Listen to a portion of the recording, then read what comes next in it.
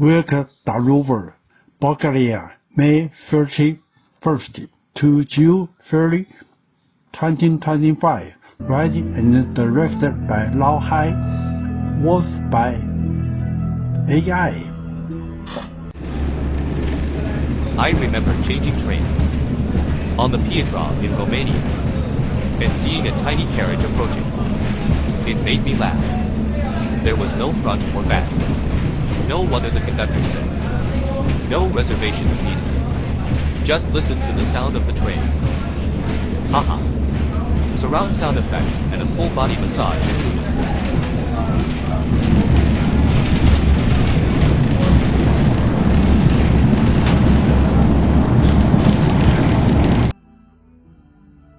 On May 31st, at 4:26 p.m., I boarded the Oryahovitsa train Gorna Oryahovitsa in Romanized Chinese and waited an hour.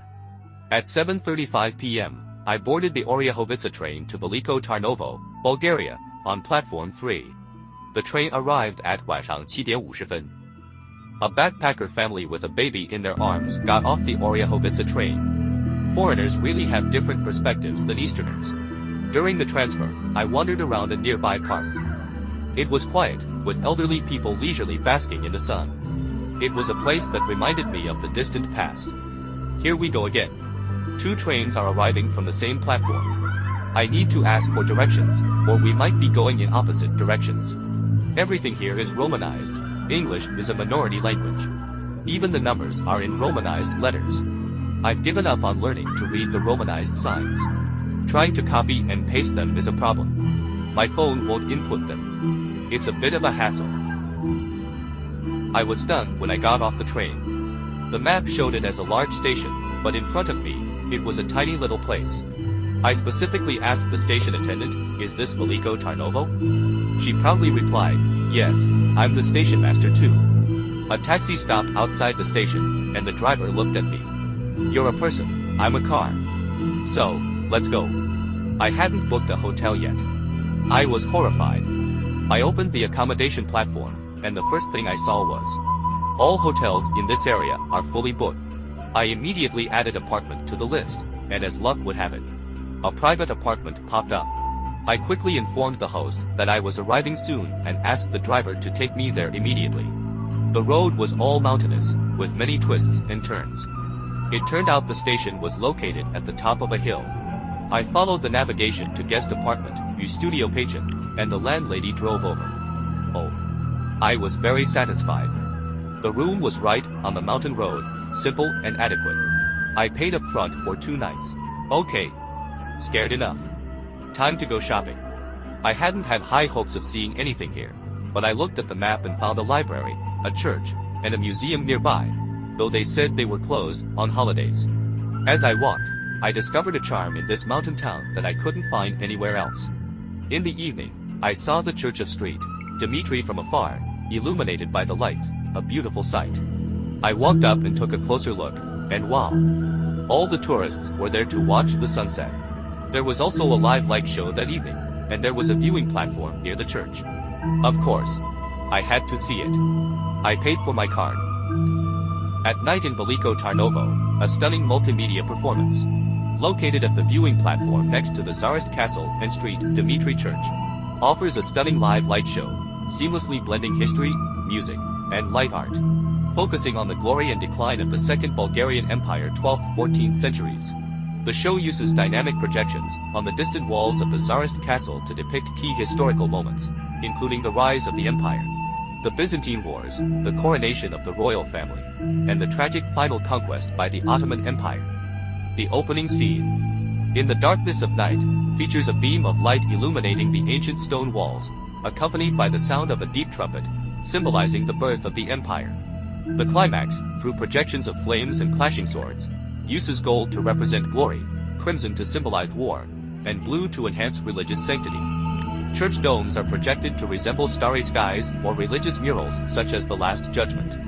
The intense scenes of medieval battles are recreated, and the castle towers engulfed in virtual flames alludes to the fall of Tarnovo in 1393. The show concludes with projections of a starry sky and doves of peace symbolizing the enduring Bulgarian spirit.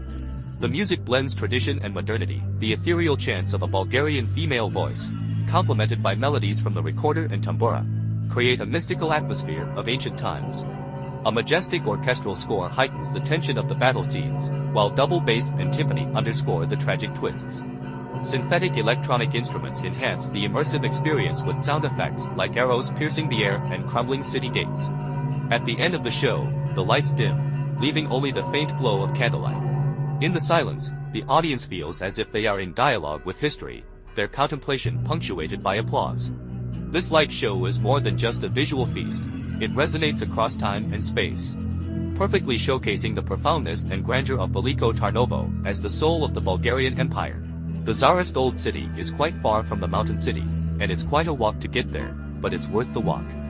After buying a ticket and climbing to the top of the tower, Wulev deposited a commemorative gold coin into the vending machine to win a gold coin for his collection. The light show I saw from afar last night was from this place.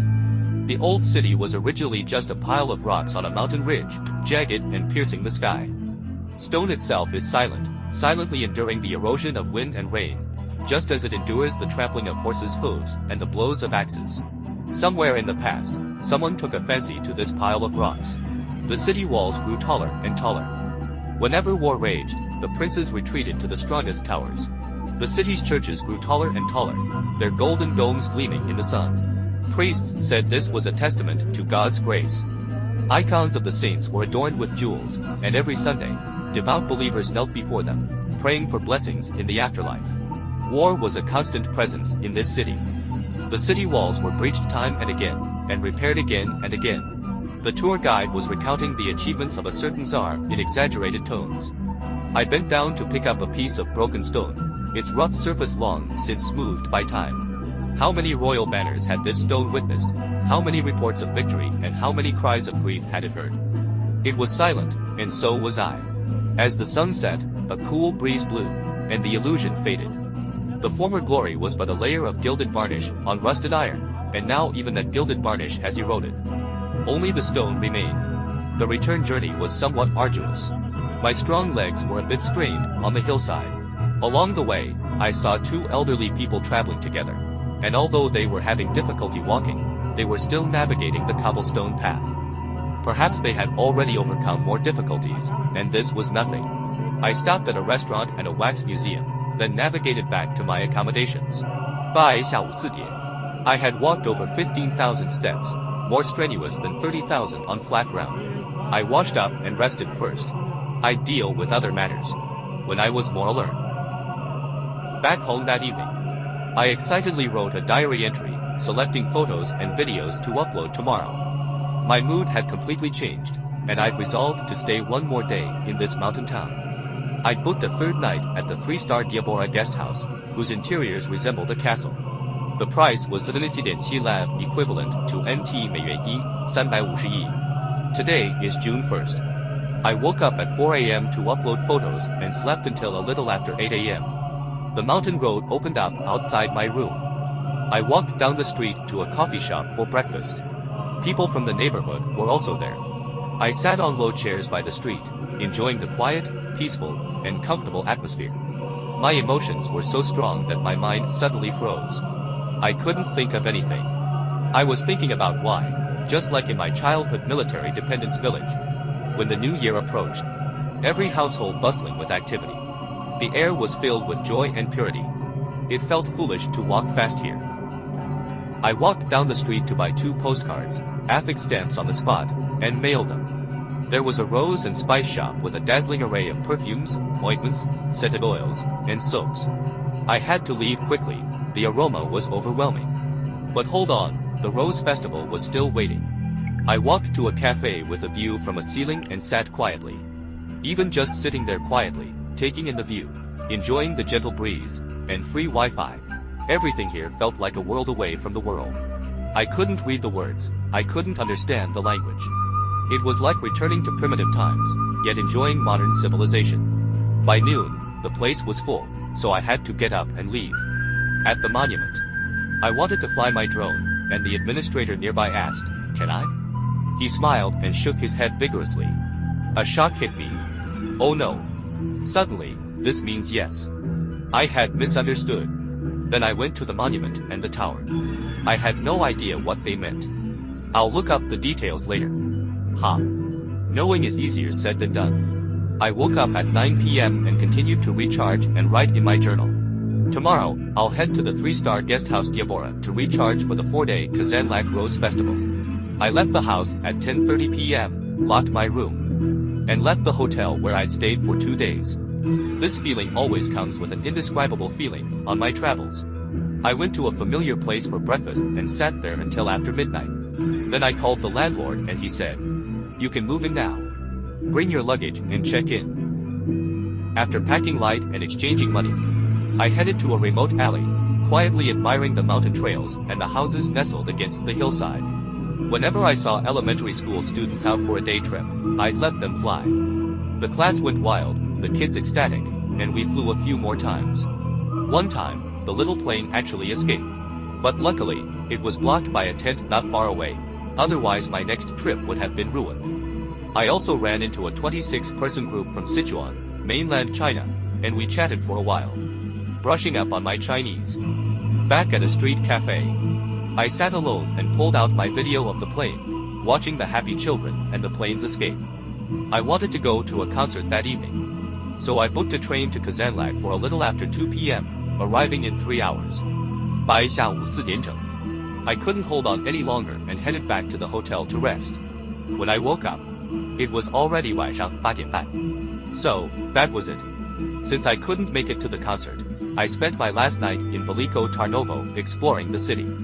Thinking back to the disappointment I felt when I got off the bus, and then to the place where I spent the most time, I'm indescribable. Besides the charm of this mountain town, I'm also amazed at how much effort the owners put into decorating every detail, even in a star-rated hotel. Their ingenuity is truly astonishing. I took a few photos of the night view, returned at midnight, and slept until 7:30 the next morning. Breakfast was included in the price, which was fantastic value. I learned from other backpackers to write a thank you note on the hotel coasters and tape them to the walls. Looking back on this journey, filled with twists and turns, I've overcome each one. All I've gained is proof that I can truly do it. No matter how I've misjudged the wrong turn or clumsily booked the wrong room. No one has seen or heard me complain, and I haven't been discouraged. I can still boast about how accomplished I am. There are so many unexpected mores to be had, and I consider this a connection. The joy I feel is beyond words. With a big heart, who knows how foolish I might be. And I can forgive myself in time, not dwell on it, and let it go. This is what makes me able to travel so far alone again and again. This truth can only be fully understood by the saying, traveling 1,000 miles is better than reading 1,000 books. Goodbye. Veliko Tarnovo.